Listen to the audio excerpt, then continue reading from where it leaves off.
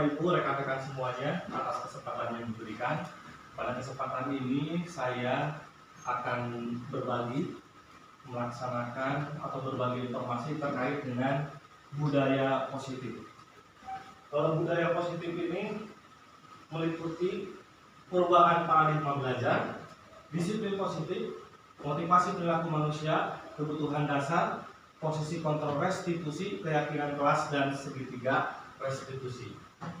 Sebuah budaya itu terlahir karena kebiasaan-kebiasaan yang dilakukan secara berulang-ulang, dan kebiasaan-kebiasaan itu akan berubah menjadi sebuah karakter. Nah, karakter yang terus dikondisikan itu akan berubah menjadi sebuah budaya. Dan tentu saja yang kita harapkan budaya yang terbentuk adalah budaya yang positif. Yang pertama, kita akan tahu mengenai tentang perubahan paradigma belajar, di mana di sini ada teori bahwa siapa yang bisa mengontrol baik diri sendiri maupun orang lain. Di sini ada dua perbandingan, di mana ada teori stimulus respon dan teori kontrol atau pilihan.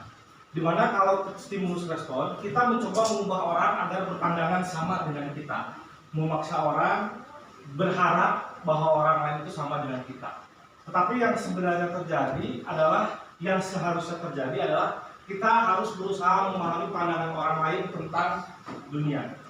Karena kita tidak bisa mengintervensi orang lain untuk selalu sama pandangannya dengan kita.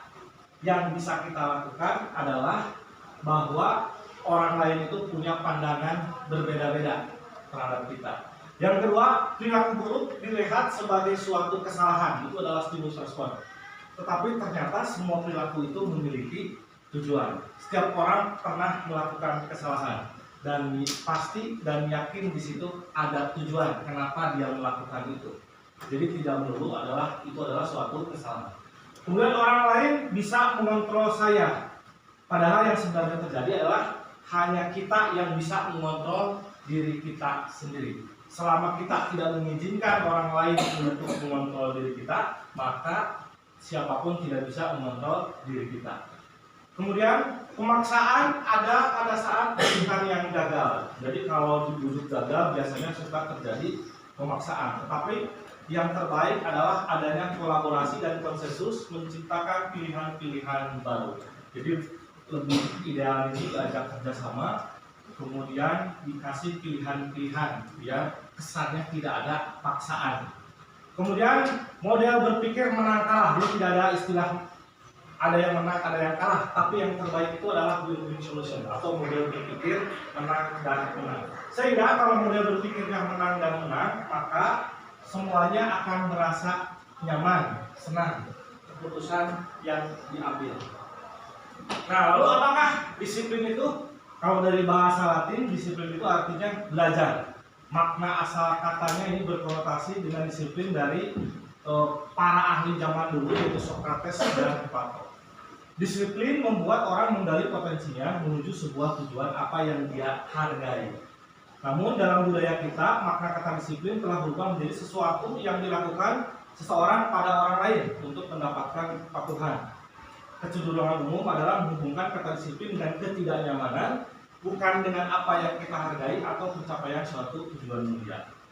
Dengan kata lain, disiplin yang sering kita pahami sering menimbulkan ketidaknyamanan karena seolah-olah setiap orang itu diatur. Tetapi yang idealnya seharusnya terjadi adalah disiplin muncul dari dalam diri sendiri, kesadaran muncul dari dalam diri sendiri. Karena di situ ada nilai, ada tujuan yang harus kita hargai bersama. Jadi bukan karena faktor paksaan. Kemudian dalam kurikulum kita, kurikulum Merdeka terutama, ada yang namanya profil pelajar Pancasila, yang ternyata itu masuk menjadi nilai-nilai kebajikan yang sifatnya universal. Nilai-nilai kebajikan universal itu artinya nilai-nilai yang berperan, yang dianggap berlaku pada kondisi manapun dan berlaku pada siapapun, berlaku sama, ya. Misalnya nilai-nilai sopan santun dan saling menghargai, menghormati. Kalau di profil pelajar Pancasila itu adalah nilai beriman, bertakwa kepada Tuhan Yang Maha Esa, dan berakhlak mulia, mandiri, berpikir kritis, berkemerdekaan global, bergotong royong, dan kreatif. Itu semuanya berlaku sama, baik di kita, di wilayah kita, baik di wilayah Indonesia, baik di seluruh dunia.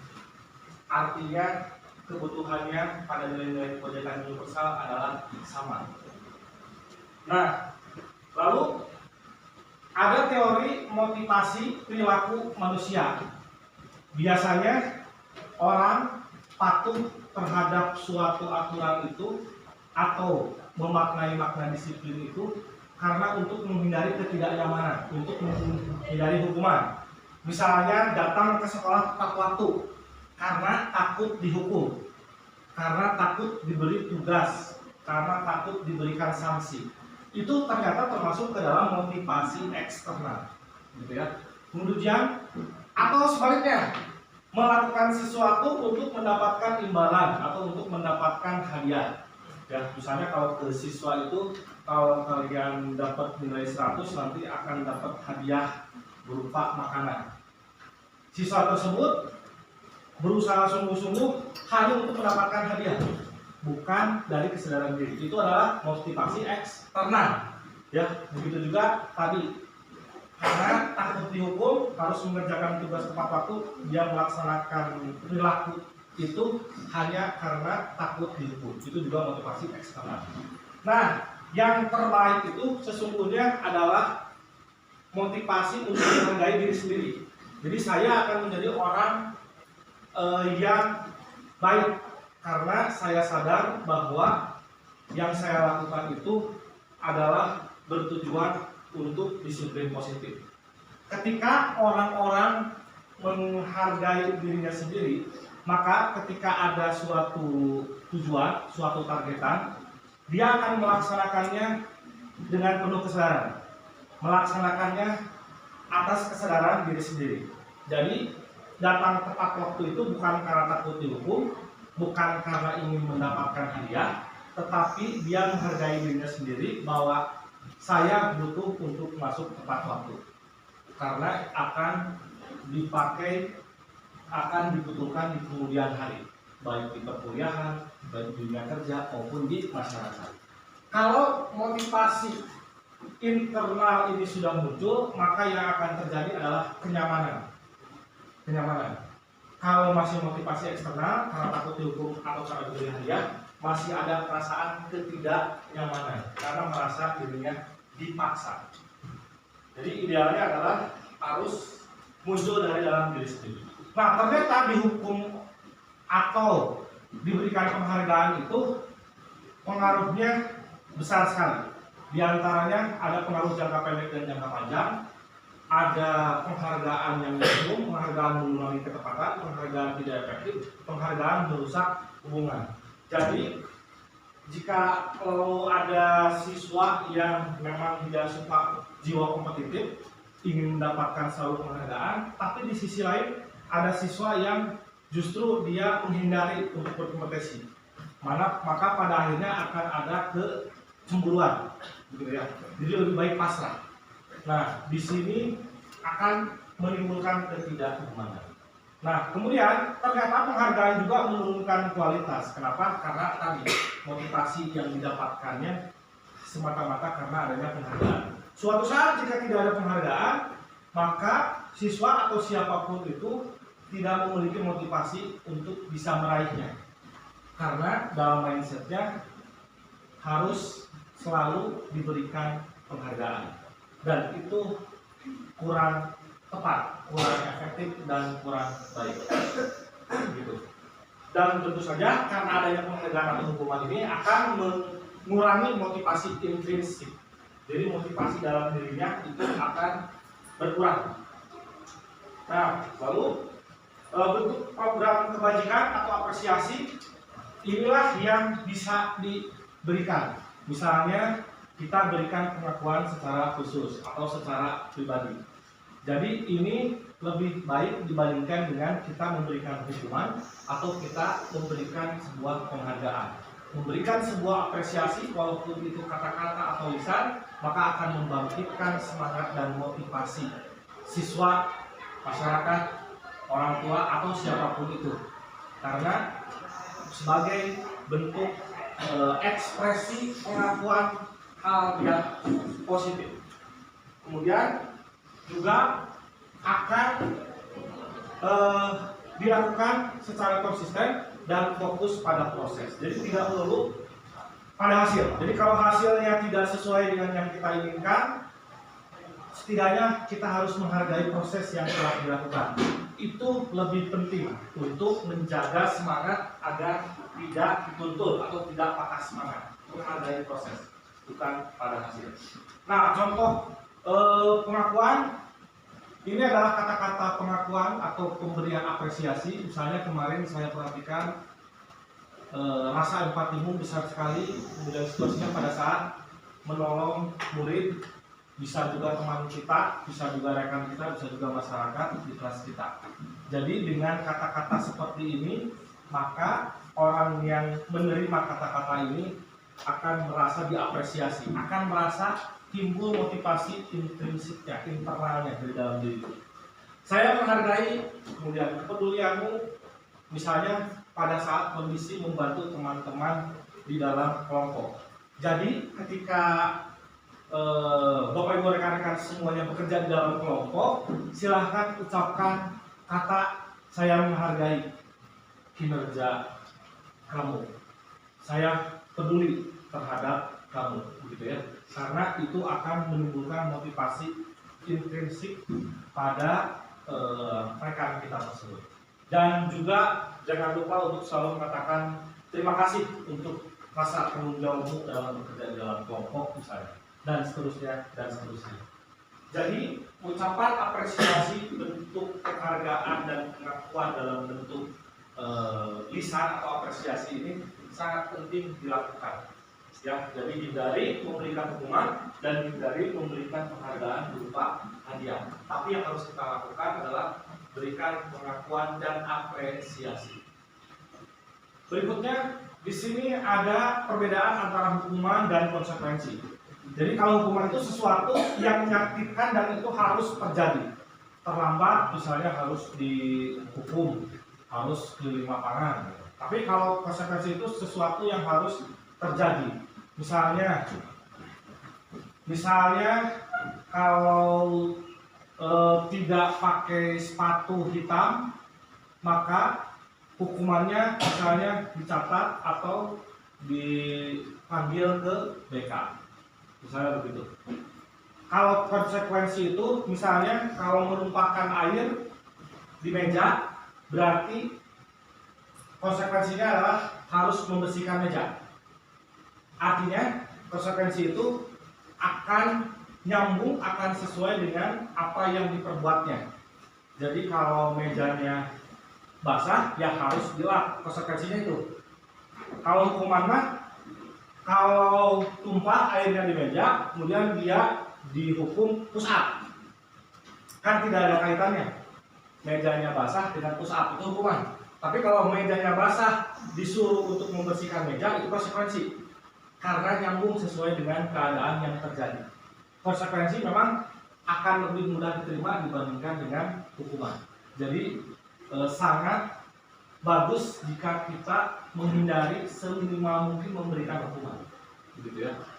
Kemudian kalau hukuman itu sifatnya paksaan, tapi kalau konsekuensi itu stimulus atau tanggapan terhadap apa yang telah dilakukannya.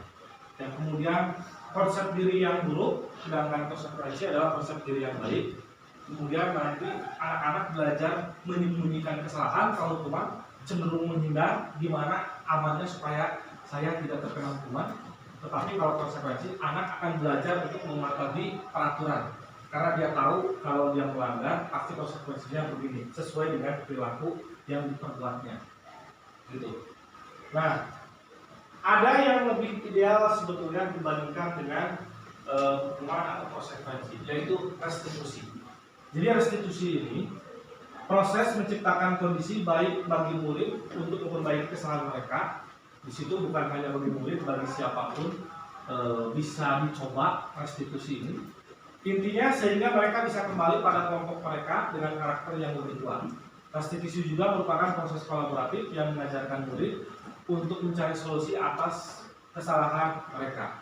Kemudian membantu berpikir tentang orang seperti apa yang mereka inginkan dan bagaimana mereka harus memperlakukan orang lain. Ini menurut dosen tahun 2004. Intinya, jika ada seseorang yang melakukan kesalahan, bukan langsung kita hakimi, tetapi kita bantu untuk mencarikan solusi. Dan solusi itu munculnya dari si orang yang melakukan kesalahan tersebut. Tugas kita adalah melakukan restitusi dengan komunikasi dan kolaborasi dengan orang yang melakukan kesalahan tersebut, dengan cara menghindari menghakimi, menjustifikasi orang, tetapi berfokus pada solusi apa yang bisa dilakukan dan kedepannya harus bagaimana. Jadi tidak berfokus pada kesalahan, tetapi berfokus pada solusi. Nah, maka kalau dibandingkan antara hukuman, konsekuensi dengan restitusi, di sini akan terlihat jelas bahwa restitusi adalah pilihan yang paling bijak, pilihan yang paling positif. Di paling bawah di sini adalah kesimpulan akhir bahwa dengan hukuman akan menimbulkan dampak negatif kalau konsekuensi itu netral, tetapi kalau kita melaksanakan restitusi maka yang terjadi adalah timbulnya suasana atau budaya yang positif. Misalnya kalau hukuman itu sesuatu yang harus terjadi, sesuatu yang bisa terjadi, kalau restitusi sesuatu yang merupakan pilihan. Jadi yang melakukan kesalahan bisa memilih alternatif solusi dari mereka sendiri, bukan karena dipaksa. Gitu. Kemudian kalau dilihat dari kenyamanan, untuk hukuman itu tidak nyaman, begitu juga dengan konsekuensi tidak nyaman, tapi kalau restitusi itu akan menguatkan siapapun dalam jangka waktu yang panjang. Kemudian korban dari kesalahan itu akan mendapatkan keadilan, korban yang bisa diabaikan, korban mendapatkan ganti. Ini bagi korban yang menjadi objek kesalahan siapapun yang berbuat salah. Begitu. Kemudian untuk hukuman, perilaku menjadi pasif agresif meningkat, ini negatif. Kemudian kalau konsekuensi penguatan hanya bertahan dalam jangka waktu yang pendek, tapi kalau restitusi masalahnya menjadi terpecahkan. Jadi diharapkan tidak akan mengulangi kesalahan yang sama karena seolah-olah oleh restitusi itu masalahnya menjadi terpecahkan. Itu adalah perbedaan antara restitusi, konsekuensi, dan hukuman. Kemudian bagaimana ciri-ciri restitusi itu? Ada 9 ya. Pertama, bukan untuk menebus kesalahan, tapi belajar dari kesalahan. Yang kedua, memperbaiki hubungan. Kemudian tawaran, bukan sifatnya tawaran, bukan paksaan. Kemudian juga menuntun untuk melihat ke dalam diri, jadi refleksi diri, mencari kebutuhan dasar yang mendasari tindakan. Kemudian cara yang paling baik, fokus pada karakter bukan tindakan, fokus pada solusi, dan restitusi mengembalikan siapapun yang berbuat salah pada kelompoknya atau pada hal kondisi yang dia inginkan. Nah, jadi biasanya di kelas suka ada peraturan kelas. Ternyata itu bagian terkecil dari lingkungan kita. Setelah ada peraturan kelas, maka akan ada keyakinan kelas. Keyakinan kelas ini berfokus pada nilai-nilai kebajikan universal yang diyakini disepakati oleh bersama. Nah, jika itu terus dilakukan secara konsisten, maka akan menular keluar, akan menimbulkan lingkungan yang positif. Bukan hanya di kelas, tetapi juga di luar kelas ini. Bahkan kalau itu dilakukan serempak bersama-sama, dilakukan juga oleh kelas yang lain, maka akan menimbulkan budaya positif yang paling atas. Jadi pada akhirnya budaya positif ini bisa menjadi budaya sekolah atau budaya masyarakat. Contohnya, kesepakatan kelas itu datang tepat waktu mengucapkan salam. Kemudian yang sebelah kanan, kami guru dan murid saling menyayangi. Nah, di sini yang dimaksud dengan kesepakatan kelas itu yang sebelah kanan. Kalau yang sebelah kiri ini bisa masih peraturan. Yang ini peraturan, kalau yang kanan adalah keyakinan atau kesepakatan kelas.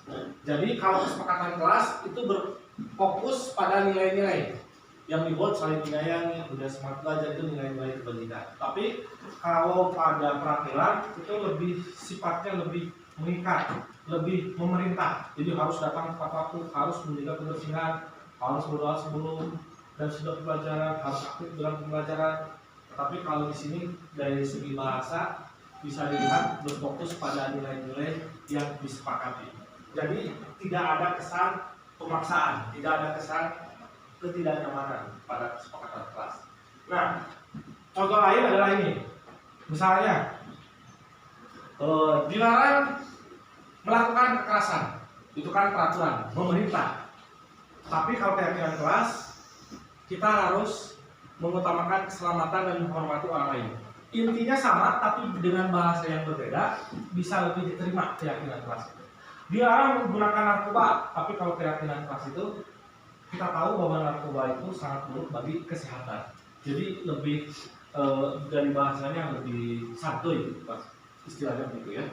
Misalnya gunakan masker, kan misalnya pemerintah, tapi kita kalau keyakinan kelas lebih melihat bagaimana kesehatan dan keselamatan bisa lebih terjamin jika menggunakan masker. Jadi dari segi redaksi, keyakinan kelas itu berbeda dengan peraturan, di mana lebih berfokus pada nilai-nilai kebajikan, bukan pada perintah, bukan pada apa yang harus dilakukan, seolah-olah paksaan. Kemudian berikutnya ada kebutuhan dasar manusia. Siapapun manusianya pasti punya kebutuhan dasar di 5 ini. Pertama, bertahan hidup, kedua, penguasaan, kemudian ada kebebasan, kesenangan, rasa sayang, dan rasa diterima. Siapapun yang melakukan kesalahan pasti ada salah satu atau beberapa dari 5 ini yang tidak terpenuhi. Misalkan ada yang istilahnya nakal atau tawuran, pasti ada kebutuhannya yang tidak terpenuhi. Misalnya kebutuhan rasa sayang atau rasa diterima, baik di lingkungan kelasnya maupun di keluarganya atau di masyarakatnya. Sehingga ketika kita sebagai orang yang bijak, maka kita harus memahami apakah kebutuhan dasar yang melakukan kesalahan itu sudah terpenuhi atau tidak. Kalau misalkan belum, kita bisa memakluminya dan kita bisa memberikan support, kita bisa memberikan motivasi dan dukungan semangat pada orang tersebut. Nah, ini adalah 5 posisi kontrol yang bisa dilakukan oleh siapapun, khususnya di kalangan yang terdidik. Maka yang paling baik dan yang paling ideal adalah harus berperilaku sebagai manajer. Biasanya banyak yang berperilaku sebagai penghukum. Jadi jika ada kesalahan langsung diberikan hukuman. Atau menjadi orang yang merasa bersalah, gitu ya, dengan kata-kata yang disampaikan, misalkan saya kecewa kamu melakukan itu kan merasa bersalah. Ada juga yang sebagai teman. Jadi ada pendidik atau guru yang berperilaku sebagai teman dengan siswanya. Ternyata itu juga kurang bagus juga, gitu ya, karena akan mengurangi marwah atau konsep-konsep etika-etika yang ingin disampaikan, yang ingin diajarkan dengan lebih baik. Ada juga yang tipenya pemantau, ya. Jadi hanya menghitung, mencatat, mengukur baik itu kebaikannya, positifnya atau maupun kesalahannya. Tapi yang paling ideal adalah sebagai manajer dengan mengajukan pertanyaan. Kenapa melakukan itu, bagaimana seharusnya, dan seterusnya. Tidak ada kata menjustifikasi, menyalahkan atau merendahkan siapapun. Ini adalah contoh dari posisi kontrol. Dan berikutnya, kedua terakhir adalah segitiga restitusi, di mana ini dilakukan ketika ada yang melakukan kesalahan, maka yang ideal dilakukan adalah segitiga restitusi. Pertama, menanyakan keyakinan, kemudian ada menstabilkan identitas, dan ada validasi kebutuhan. Jadi ketika ada yang melakukan kesalahan, maka kita bisa menstabilkan identitas mereka. Misalnya kamu bukan satu-satunya yang pernah melakukan itu, atau kita bisa mengatakan setiap orang pasti pernah melakukan kesalahan, sehingga orang yang melaksanakan restitusi ini merasa dia tidak sendirian, tidak merasa terpojokan, gitu ya. Kemudian kita bilang selanjutnya, kamu tentu punya alasan mengapa melakukan itu, ya. Ataukah adakah cara yang lebih efektif untuk mendapatkan apa yang kamu butuhkan selain dari perbuatan yang tidak tepat yang sudah dilakukan itu. Dan terakhir, nilai-nilai apakah yang kita sepakati dan kamu sebetulnya ingin menjadi orang seperti apa. Dengan segitiga restitusi ini, maka akan terjadi win-win solution. Yang melakukan kesalahan merasa nyaman, kemudian yang melakukan segitiga restitusi juga akan mendapatkan hasil yang lebih positif dari orang yang melakukan kesalahan tersebut. Kemudian bisa melakukan intervensi 30 detik. Ini adalah pertanyaan-pertanyaan yang bisa disampaikan kepada orang yang berbuat kesalahan. Dari pertanyaan ini tidak ada yang menjustifikasi atau menyalahkan atau memojokkan orang yang melakukan kesalahan, tetapi justru hanya bertanya agar orang yang berbuat kesalahan itu bisa merefleksi diri, bisa mengevaluasi dirinya sendiri, kemudian akan mencoba untuk mengeluarkan solusinya sendiri, ya. Misalnya apa kamu ingin berbuat lebih baik? Apakah saat ini kamu sudah menjadi orang yang sedang kamu inginkan? Peraturannya seperti apa? Kapan kamu siap untuk mulai? Sepertinya kamu punya masalah. Apakah ada yang bisa saya bantu? Dan seterusnya dan seterusnya. Dengan pertanyaan-pertanyaan ini, maka orang yang melakukan kesalahan itu akan bisa tereksplor dan akan bisa mengungkapkan apa yang dirasakannya, bisa lebih lega, begitu. Diharapkan setelah itu akan muncul solusi tanpa adanya sikap ketidaknyamanan dari kedua belah pihak, baik yang melakukan kesalahan maupun yang melakukan restitusi. Dan terakhir, ini adalah kesimpulan dari semua yang disampaikan, bahwa di dalam budaya positif itu, di dalamnya ada disiplin positif, dan di dalam disiplin positif itu yang paling ideal adalah muncul dari motivasi intrinsik dari dalam dirinya, bukan karena hukuman, bukan karena hadiah atau penghargaan, tetapi dari kesadaran dirinya bahwa harus melakukan yang lebih baik itu karena memang saya membutuhkan itu. Itu saja Bapak Ibu, rekan-rekan semuanya, terima kasih atas perhatiannya. Mohon maaf jika ada kekurangan. Billahi taufiq wal hidayah. Wassalamualaikum warahmatullahi wabarakatuh.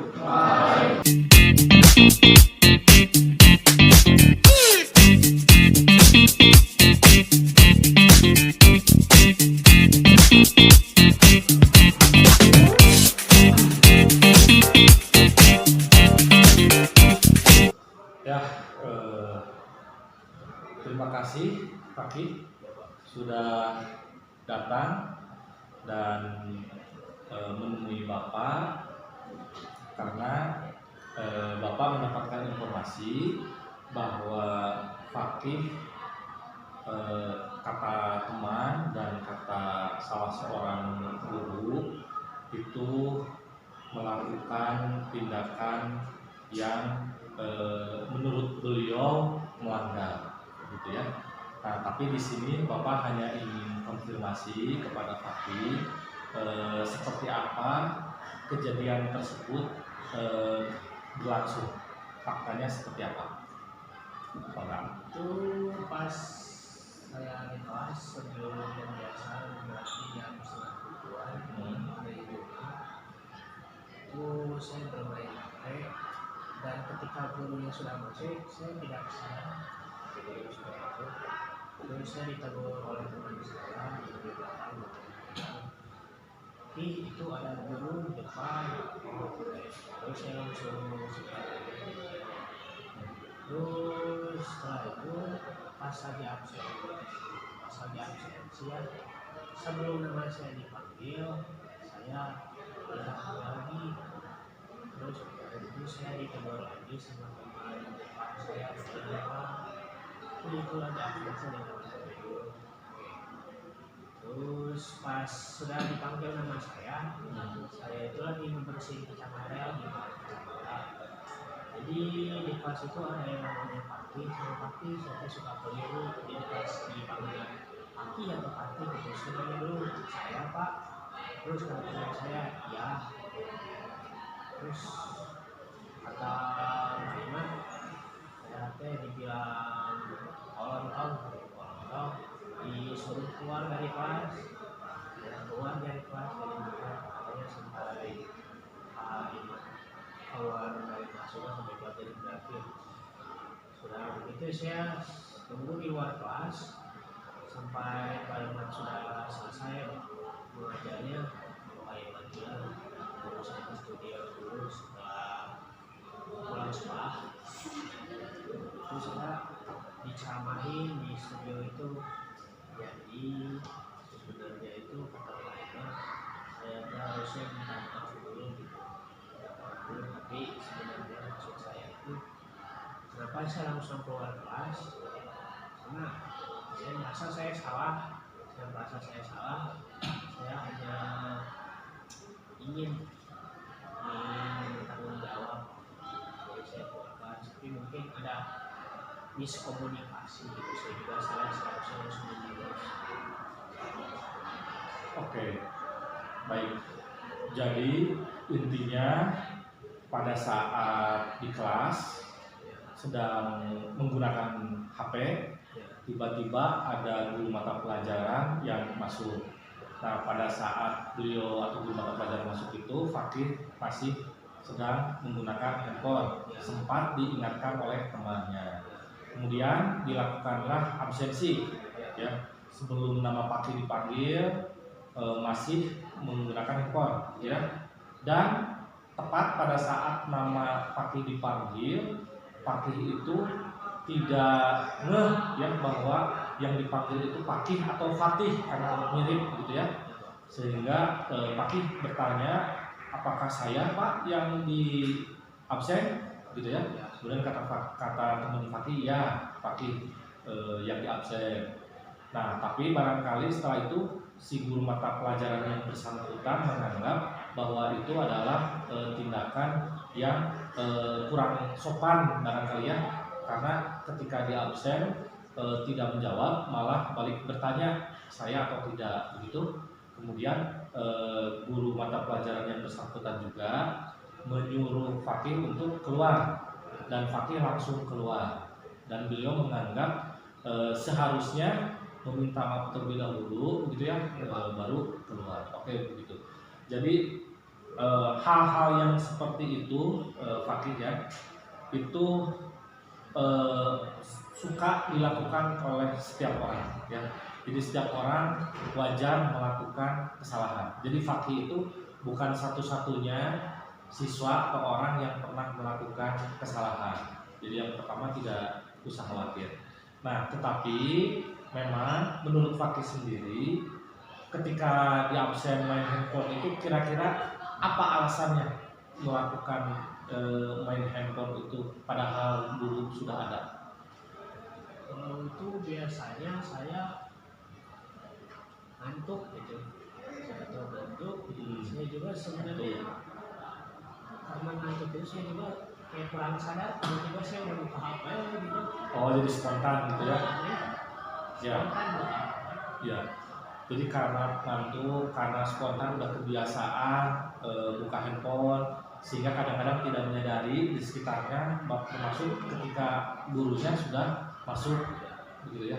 Nah, tapi menurut Fakih sendiri sebetulnya apakah ada cara yang lebih efektif gitu supaya tadi tidak ngantuk, supaya tidak spontan? Menurut Fakih sendiri seharusnya yang harus dilakukan itu bagaimana?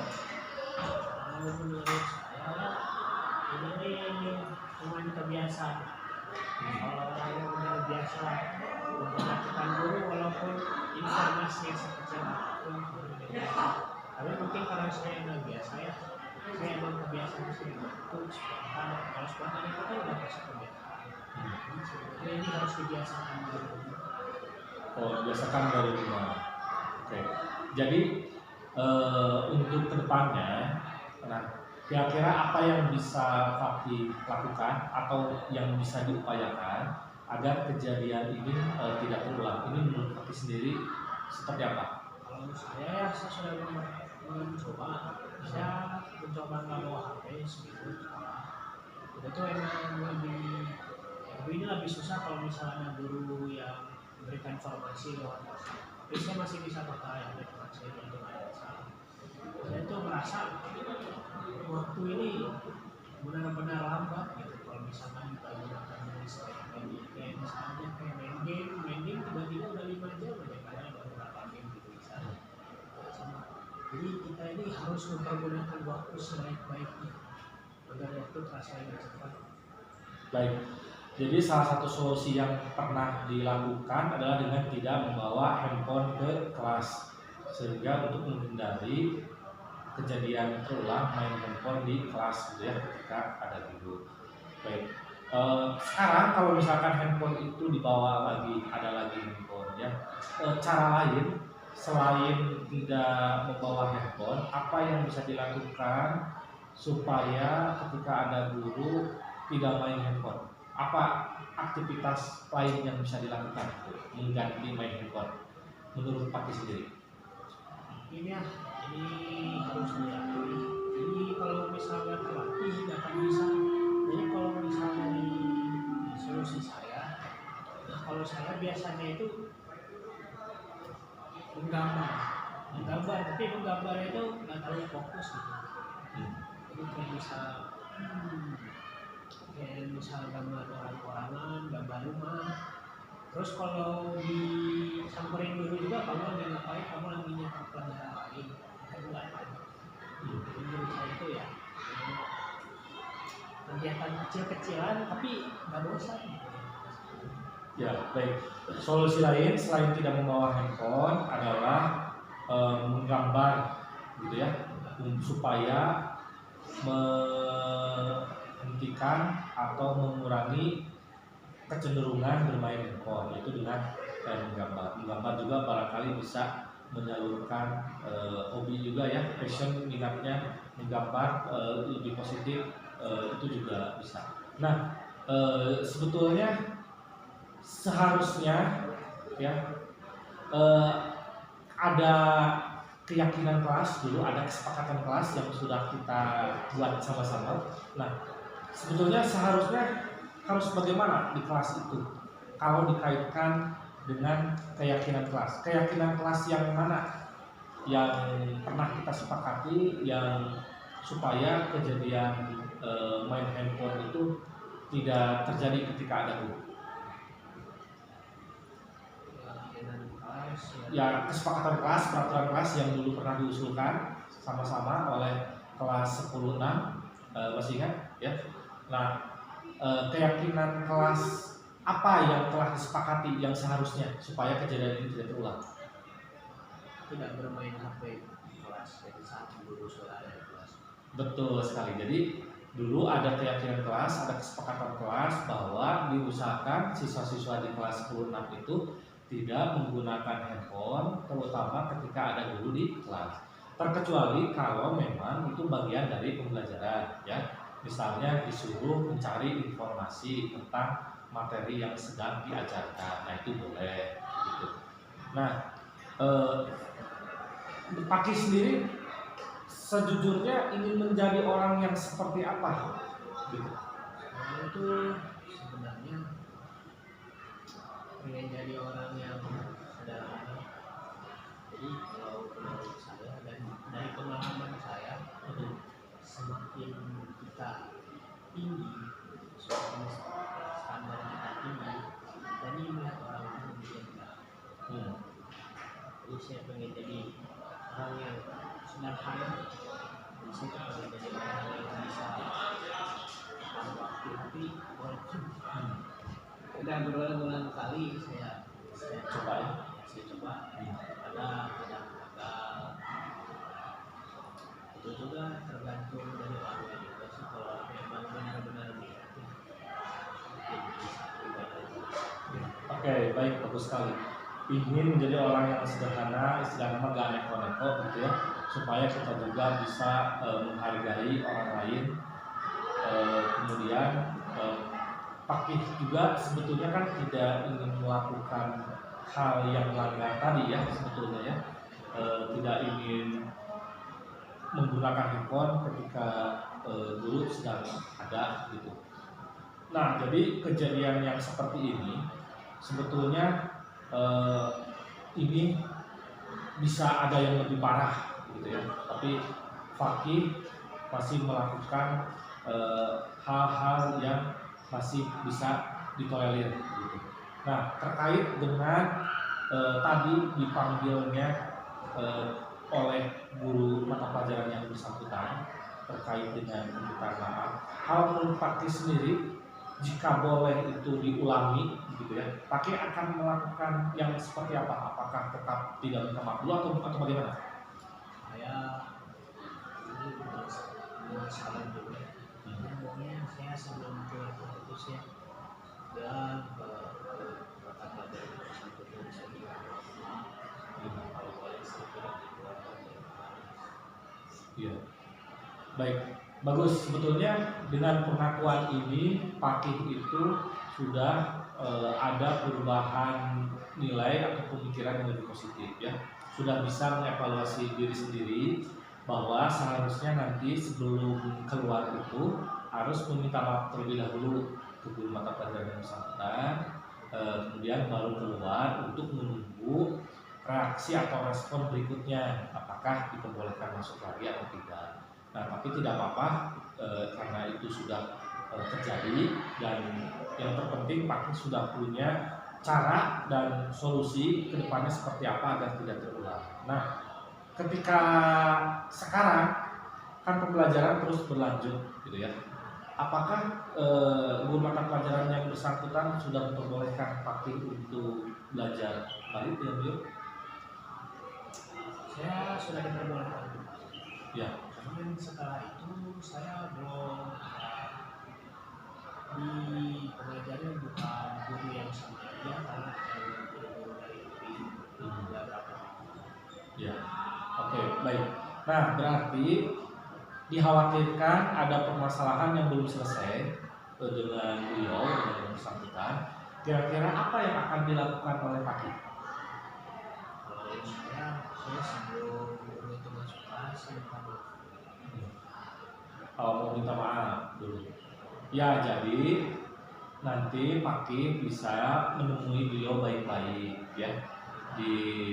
Mungkin sedang ketemu di jalan, mungkin atau disamperin ke studio karena beliau suka di sana, atau mungkin ke ruang guru, atau kalau bisa izin dulu kalau punya nomor WhatsApp-nya mau bertemu, tapi betul-betul sampaikan nanti permohonan maaf yang tulus, penyesalan gitu ya. Kemudian harus ada jaminan juga dari fakih bahwa fakih tidak akan mengulangi perbuatan itu lagi, dan yang terakhir meminta izin kepada beliau untuk mengikuti pembelajaran beliau kembali, karena kan kalau yang PPG itu kan tidak selamanya di sini kan. Nah, yang selamanya tetap di sini adalah beliau. Jadi saran dari Bapak, silakan selesaikan baik-baik, akui salah, minta maaf, akui penyesalan, kemudian sampaikan akan berusaha untuk tidak mengulangi perbuatannya lagi, dan sampaikan juga bahwa fakih akan menjadi siswa yang lebih baik lagi, lebih positif lagi dalam berperilaku, gitu ya. Sudah paham apa yang harus dilakukan? Oke, berarti sekarang silakan dari fakih sendiri, apa kesimpulan dan solusi dari pertemuan kita kali ini terkait dengan permasalahan yang sedang kita bicarakan? Jadi kesimpulannya, setiap masalah itu pasti ada sebab, dan dari sebab itu pasti ada sebab, dan itu pasti dasarnya. Jadi kita harus mengubah diri kita sendiri. Mengubah diri sendiri, oke. Baik, dari jawaban Pakih sudah ada kesadarannya, sudah ada refleksi, sudah ada evaluasi diri sendiri, sudah sangat bagus sekali, sudah ada penyesalan. Yang terpenting nanti ke depannya silakan untuk melakukan tindakan yang lebih positif, ya. Silakan tadi meminta maaf dan meminta izin ke guru yang bersangkutan. Baik. Ya, untuk berikutnya. Bagaimana perasaan Pakih setelah melaksanakan kegiatan restitusi ya, atau kita semacam komunikasi konsultasi terkait permasalahan yang sudah dilakukan oleh Pakih, yaitu bermain handphone ketika guru mata pelajaran sudah masuk. Gimana perasaan dari kegiatan yang barusan kita laksanakan? Kalau dari perasaan saya sih agak sih Pak. Soalnya kadang itu saya nggak bisa cerita ke orang, saya itu takut kalau bisa reaksinya. Oh, jadi perasaannya lega gitu ya. Jadi ada tempat berbagi apa yang dipikirkan, mungkin apa yang dirasakan bisa dikeluarkan. Kemudian selain itu kan Pakih juga pada akhirnya bisa menyadari sendiri dan juga bisa menyampaikan solusinya sendiri, gitu ya. Bapak di sini kan hanya sebagai partner, gitu ya, untuk memfasilitasi Pakih menceritakan kesalahannya seperti apa, dan Pakih juga sudah berhasil selain menyadari kesalahannya juga berhasil untuk menemukan solusi, ya, untuk supaya permasalahan yang sama tidak diulangi ke depannya, gitu. Baik, ada yang ingin disampaikan untuk sebelum kita akhiri kegiatan ini?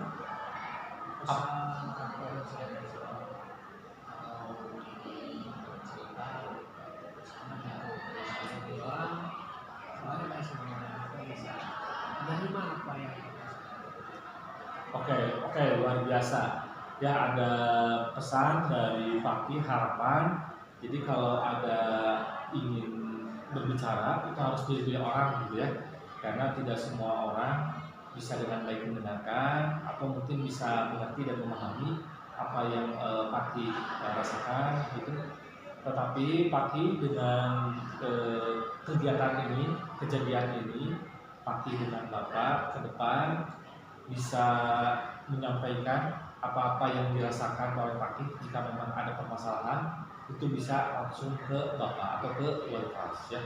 Insya Allah yang akan kita laksanakan adalah berfokus pada solusi, bukan berfokus pada kesalahan, gitu ya. Supaya Pakih juga bisa senang, bisa tenang, bisa nyaman, bisa lega, tidak bingung apa yang harus dilakukan, tetapi justru akan mendapatkan pencerahan, akan mendapatkan inspirasi, dan mendapatkan solusi sendiri, sehingga kedepannya akan berperilaku lebih baik lagi. Begitu barangkali ya, Pakih. Terima kasih sudah hadir memenuhi panggilan Bapak, dan kita sudah punya solusi dan sudah punya perasaan yang senang dan lega. Sekarang Pakih silakan boleh kembali lagi ke kelas, dulu ya, silakan.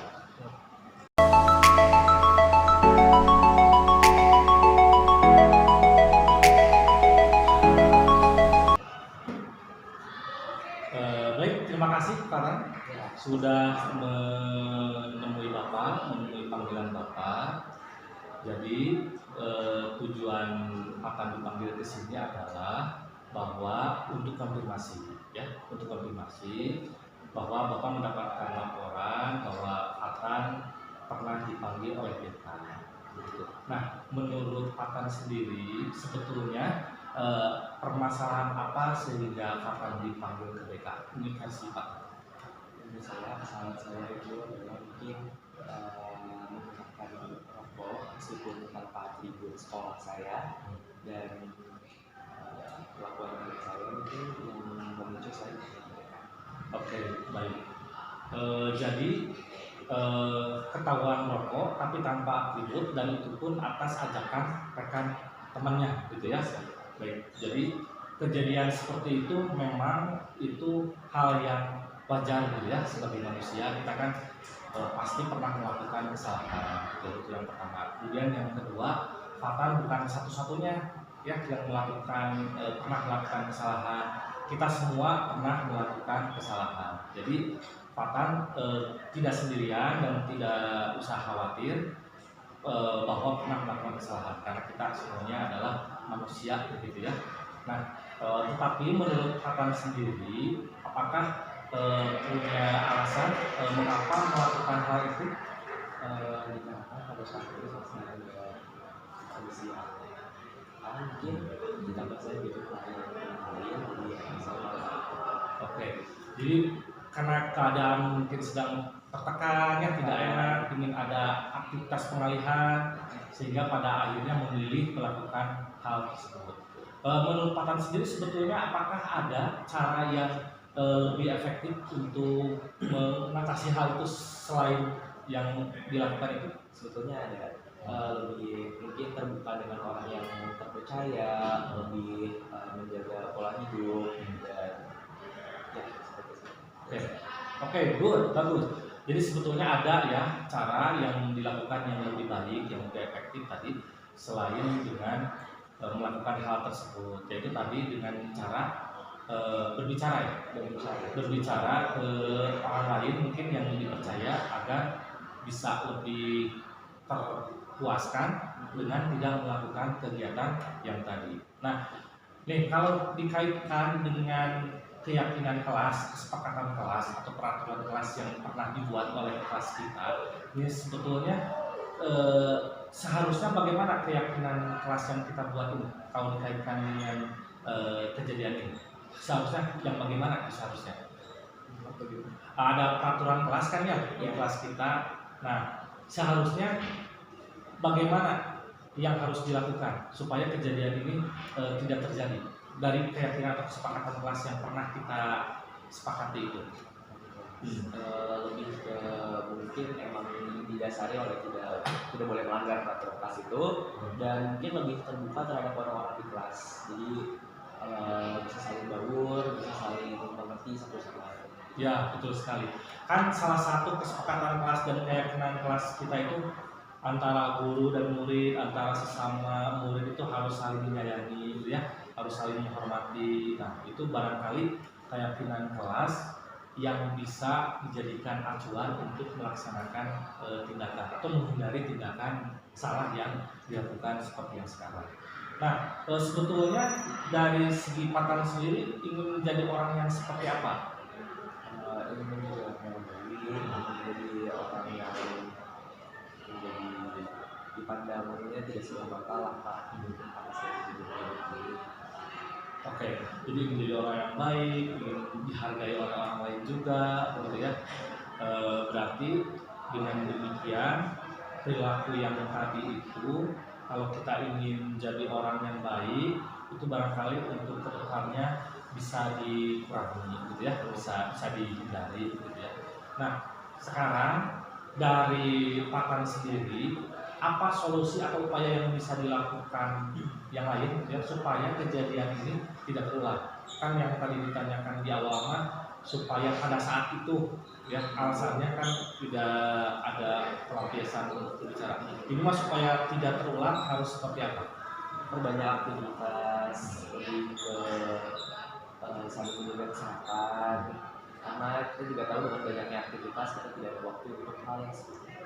Oke, bagus sekali. Jadi dengan melaksanakan aktivitas-aktivitas yang positif gitu ya, supaya tidak ada ruang, tidak ada celah waktu atau jeda untuk melakukan kegiatan-kegiatan atau aktivitas yang negatif gitu ya. Oke, bagus sekali. Nah, kemudian sekarang apa yang Patan rasakan setelah kita berbicara gitu ya, dan tadi Patan sudah juga memunculkan solusi ke depannya supaya kejadian ini tidak terulang.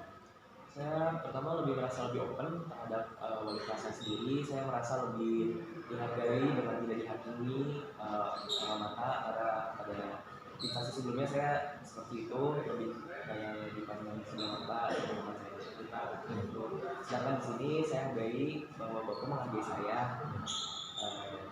Terima kasih. Ya, pada intinya seperti yang sudah dikatakan di awal, kita semua manusia biasa pernah melakukan kesalahan. Yang terpenting kita menyadari kesalahan kita apa dan kita berupaya untuk memperbaiki perilaku kita ke depannya, gitu ya.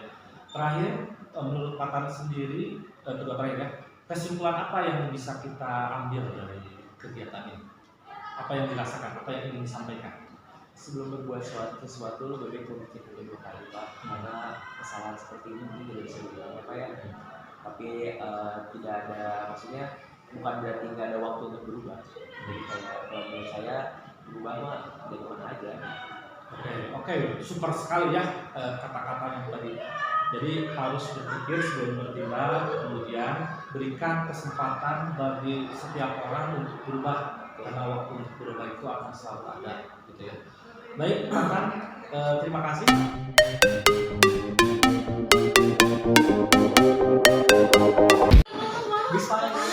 Ya, mohon perhatian.